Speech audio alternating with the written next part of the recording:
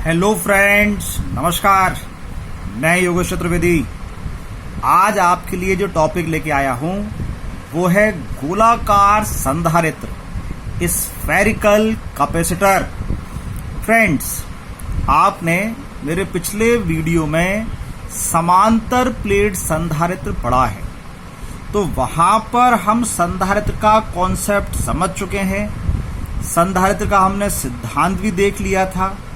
तो जैसा कि इसका नाम है गोलाकार संधारित्र, तो आपको संधारित्र के लिए दो चालक लेने पड़ते हैं। तो यहां जैसा इसका नाम है गोलाकार, तो अब हमको यहां पर दो गोलाकार चालक लेने पड़ेंगे। फ्रेंड्स, आज के इस टॉपिक में हम दो गोलाकार चालक के माध्यम से संधारित्र बनाने वाले हैं। अब चूंकि चालक गोलाकार हैं, इसलिए इसको नाम दे दिया गया है गोलाकार संधारित्र। फिर निकालेंगे हम इसकी धारिता, फिर इसकी धारिता को प्रभावित करने वाले कारक भी देखेंगे, और फिर लास्ट में एक सरप्राइज भी आपका इंतजार कर रहा है। चलिए तो शुरू करते हैं आज का अपना टॉपिक। तो जैसा कि मैंने कहा, इसमें हमको गोलाकार चालक लेने हैं, तो हमने दो समकेंद्रीय गोलाकार चालक लिए। समकेंद्रीय मतलब जिनका केंद्र समान है। अब अगर केंद्र समान है, इसका मतलब वो एक के अंदर एक रखे हुए हैं, इसका मतलब वो खोखले भी होंगे। तो बिल्कुल अब क्लियर हो चुका है कि हमको दो खोखले गोलाकार चालक लेना है, जिनका केंद्र हमने यहां पर माना है O, और इनकी त्रिज्या मानी है क्रमशः स्मॉल a और स्मॉल b, और जिसकी त्रिज्या स्मॉल a है उस गोले को नाम दे दिया कैपिटल A, जिसकी त्रिज्या स्मॉल b है इस बाहर वाले की, उसको नाम दे दिया कैपिटल B। यही यहां लिखा हुआ है। चित्र में गोलाकार संधारित्र प्रदर्शित है। इसमें धातु के दो समकेंद्रीय खोखले गोले A व B हैं, जिनका केंद्र है O और त्रिज्या है स्मॉल a व स्मॉल b। फिर क्या किया, हमको किसी एक चालक को आवेश देना होता है। तो ये हमने अंदर वाला जो हमारा गोला है A, इसको प्लस Q आवेश दिया। तो अब हमने क्या किया, बाहर वाले गोले में से छेद करके एक तार अंदर निकाला, और उस तार का बाहर वाले गोले से कोई कनेक्शन ना हो, इसलिए ये कुचालक लगा दिया है। तो आपने ये तार इस प्रकार अंदर ले जाकर A को टच करना है कि इस तार से किसी भी प्रकार से बाहर वाले गोले पर आवेश ना चला जाए, क्योंकि यदि ऐसा हो गया तो फिर बाहर वाले गोले और अंदर वाले गोले पर तो समान आवेश जाएगा, तो फिर ये संधारित्र नहीं बनेगा। तो इसलिए हमको केवल अंदर वाले को ही आवेश देना है। तो हमने ये प्लस Q आवेश किसको दे दिया, अंदर वाले गोले को। आप जानते हैं किसी भी चालक को दिया गया आवेश कहाँ होता है, उसके पृष्ठ पर। तो ये सारा का सारा आवेश इसके पृष्ठ पर एक समान रूप से वितरित हो गया। अब बाहर वाले गोले पर कोई आवेश नहीं है, तो प्रेरण होगा। इस प्लस Q के कारण सम्मुख सिरा, मतलब जो बाहर वाले गोले के अंदर वाला सिरा है, उस पर ये माइनस Q आवेश प्रेरित होगा, और बाहर वाले पर प्लस। लेकिन इस बाहर वाले प्लस को गायब करने के लिए हम इसको किससे जोड़ देते हैं, पृथ्वी से। तो वो सारा का सारा धनावेश कहां चला जाता है, पृथ्वी में। ये चिन्ह किसका है फ्रेंड्स, पृथ्वी से जोड़ने का। अब ये जो इनके बीच का भाग बचा है, ये A और B के बीच का, यहां रख दिया है हमने कैपिटल K परावैद्युतांक वाला कोई माध्यम। मतलब इन दोनों गोलों के बीच में हम जो माध्यम भर रहे हैं, उसका परावैद्युतांक कैपिटल K है।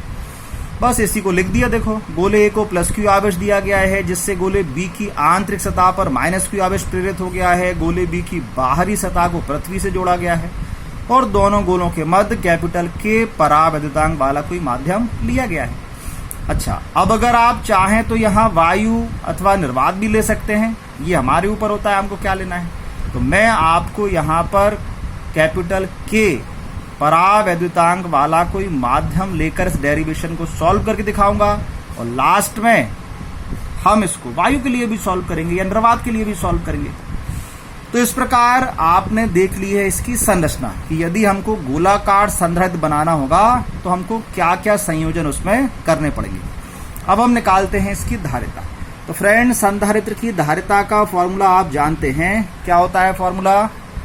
C = Q अपॉन विभवांतर। विभवांतर मतलब ये जो दो चालक हैं A और B, तो A का विभव, B का विभव और इन दोनों के विभव का अंतर।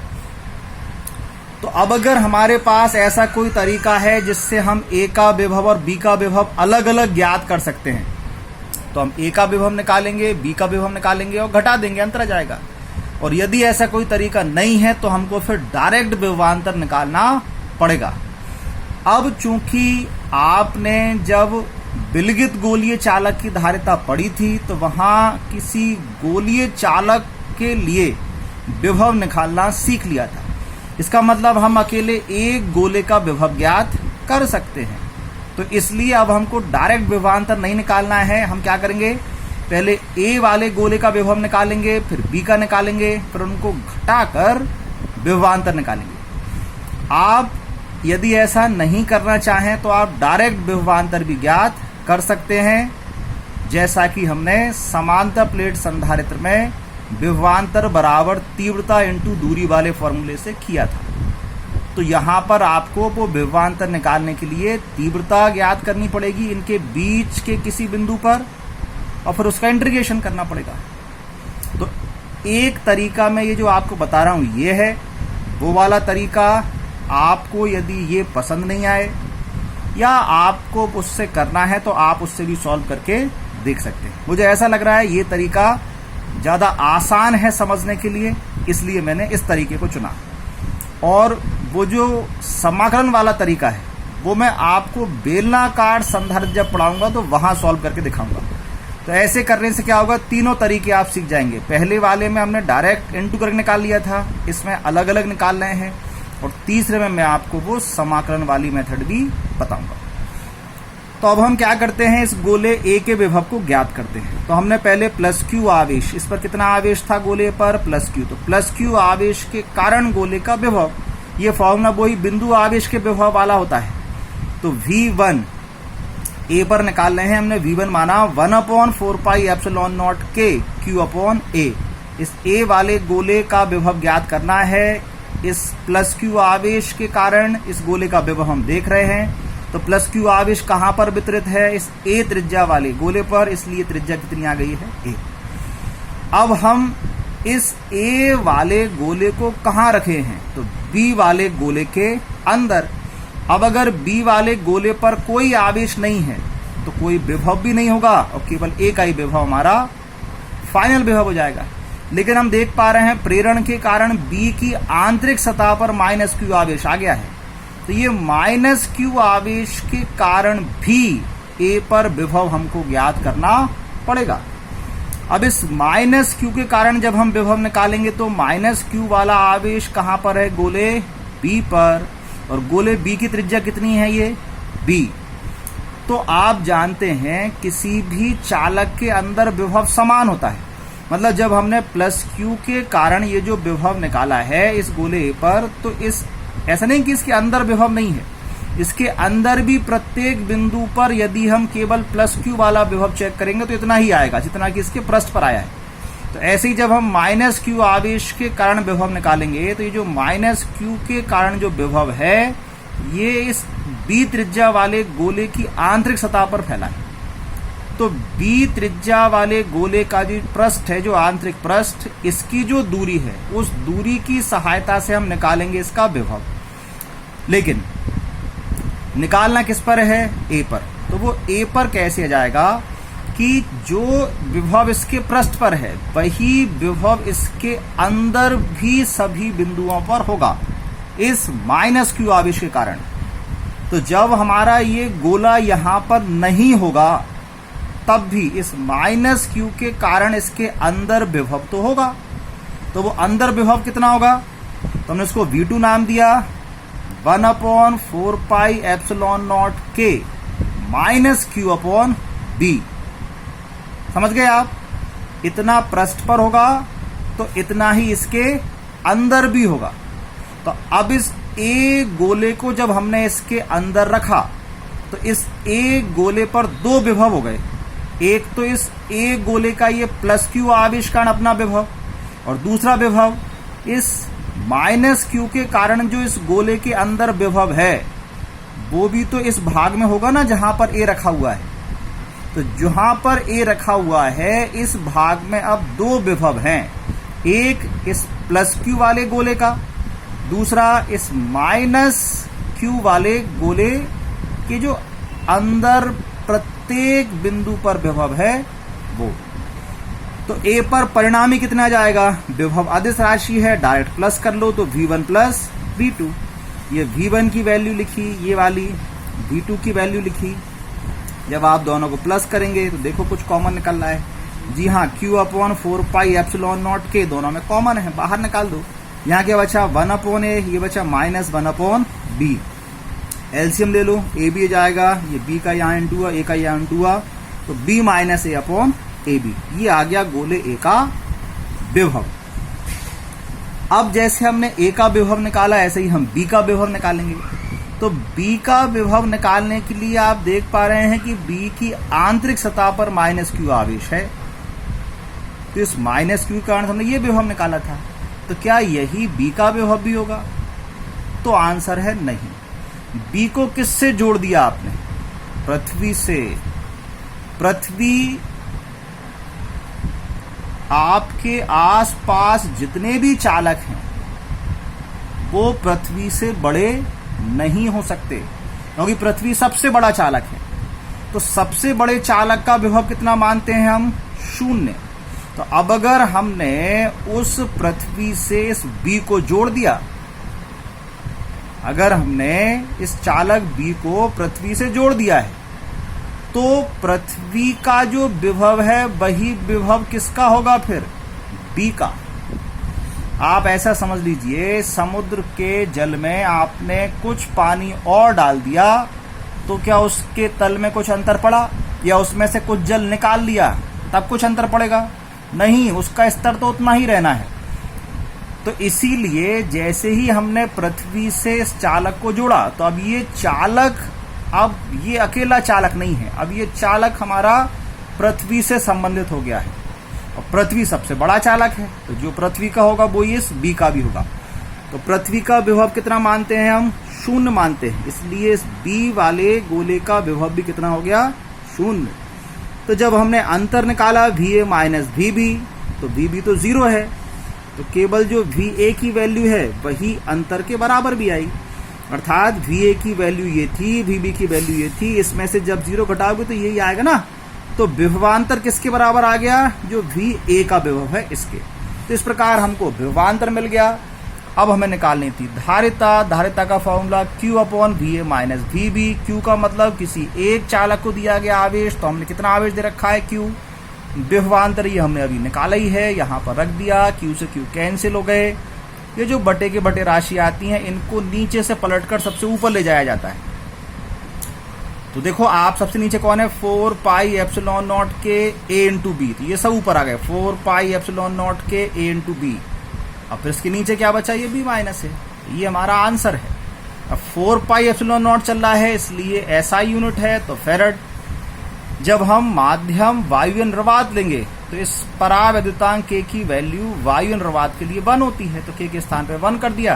तो 4πε0 AB/B- है, यूनिट वही फेरड। अब अगर हम CGS पद्धति में आए तो CGS पद्धति में 1/4πε0 की वैल्यू 1 होती है। इसकी सहायता से हम निकाला 4πε0 का मान, त्रिया गुणा कर लो, ये भी कितना आ गया? 1। तो इन दोनों में आप 4πε0 की वैल्यू 1 कर देंगे तो ये माध्यम वाला फॉर्मूला था और ये वायु निर्वात वाला। तो देखो ये माध्यम वाला आ गया, ये 4πε0 1 हो गया, क्या बचा? K AB/B- है, ये AB/B- है। फेरड ऐसा यूनिट थी तो सीधे हो जाएगी स्थैत फेरड। अब ये माध्यम में है इसलिए K लिखा है। जब K की जगह हम वायु निर्वात, जब माध्यम हमारा वायु निर्वात होगा तो K के स्थान पे 1 आ जाएगा, तो 1 हो गया। या बचेगा AB, नीचे बचा B- A, ये हो गया स्थैत फेरड। तो इस प्रकार आपने किसी भी गोलाकार संधारित्र के कारण जो धारिता बन सकती थी वो इसी फॉर्मूले से बनेगी, ये हमने ज्ञात कर ली है। मतलब हम सीख चुके हैं गोलाकार संधारित्र की धारिता कैसे निकाली जाती है। अब अगर हम इसको बढ़ाना चाहें या घटाना चाहें तो वो कौन कौन से कारक होंगे जो इसको प्रभावित करेंगे, तो हम देखते हैं धारिता को प्रभावित करने वाले कारक। तो देखो आप सभी फॉर्मूले में ये C के समानुपात में A इंटू B आ रहा है। तो A क्या चीज है, चालक A की त्रिज्या, ये गोले A की त्रिज्या। B क्या चीज है, गोले B की त्रिज्या। तो कुल मिलाकर हमको ये पता चल गया कि ये जो हमारी धारिता है वो इन दोनों त्रिज्याओं के गुणनफल के समानुपाती है। तो A के भी समानुपाती और B के भी समानुपाती। समानुपात का मतलब होता है यदि एक राशि को बढ़ाएंगे तो दूसरे का मान बढ़ जाएगा। इसका मतलब हम A का मान बढ़ाएं और B का मान बढ़ाएं तो C हमारा बढ़ जाएगा। तो ये हमने लिखा है कि ये किस प्रकार प्रभावित करेंगे, तो दोनों गोलों की त्रिज्या बढ़ाने से धारिता का मान बढ़ जाता है, तो कम करने से कम भी होगा क्योंकि समानुपात का रिलेशन है। फिर ये B माइनस से B माइनस से B माइनस से सब में चल रहा है और व्युत्क्रमानुपात में चल रहा है। ये B माइनस से क्या है, B माइनस से क्या है, तो देखो यहाँ भैया ये पूरी दूरी कितनी है B, बाहर वाले गोले तक की जो त्रिज्या मानी है। A कितनी है, अंदर तक की दूरी, तो B में से ये घटा दो, ये बीच की दूरी बची ना। बीच की दूरी मतलब दोनों गोलों के बीच की दूरी। तो अब आप समझ गए होंगे कि B माइनस से क्या है, B माइनस से क्या है, ये है दोनों गोलों के बीच की दूरी, दूरी दूरी दूरी दूरी।